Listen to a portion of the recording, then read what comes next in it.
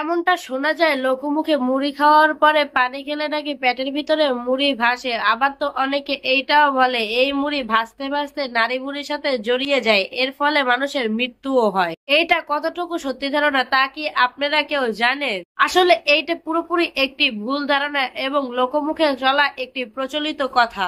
বলেন কি? মুড়ি এক প্রকারের প্রক্রিয়াজাত চাল যা প্রচুর হালকার, এর ভিতরে থাকে প্রচুর পরিমাণের বাতাস এবং ফাঁপা জায়গা। যখন আমরা শুকনো মুড়ি খাই সেটা আমাদের পাকস্থলীতে গিয়ে রস এবং পরে যখন আমরা জল পান করি পানির সংস্পর্শে এসে সেটা পরবর্তীতে নরম হয়ে যায়। পাকস্থলী এমন ভাবেই ডিজাইন করা হয়েছে যে খাবারকে ভেঙে দিয়ে পেটের নিচে নিয়ে যেতে সাহায্য করে। তাই এখানে মুড়ি ভেসে থাকার কোনো সুযোগই নেই, বরং মুড়িকে দ্রুত হজম করে এর ঘনত্ব বাড়ায়, যা পরবর্তীতে আমাদের হজমে সাহায্য করে। অনেকে তো হজমের সমস্যা অ্যাসিডিটি হলেও জল দিয়ে মুড়ি ভিজিয়ে খান বা মুড়ি খেয়ে জল খান। এমনকি মুড়ি পেটের ভিতরে অ্যাসিডিটি নিয়ন্ত্রণ করে বলেও জানা যায়। আপনি 10-এ 10 পাইছেন। তবে এটা কিন্তু একটি সাধারণ ঘরোয়া স্বাস্থ্য টিপস হলেও সাধারণত খাবার খাওয়ার পরে বেশি পানি পান করা উচিত না, সেটা যে কোনো খাবার খাওয়ার পরেই, কারণ এটি হজম প্রক্রিয়ার গতি কিছুটা কমিয়ে দিতে পারে। তাই যে কোনো খাবার বা মুড়ি পান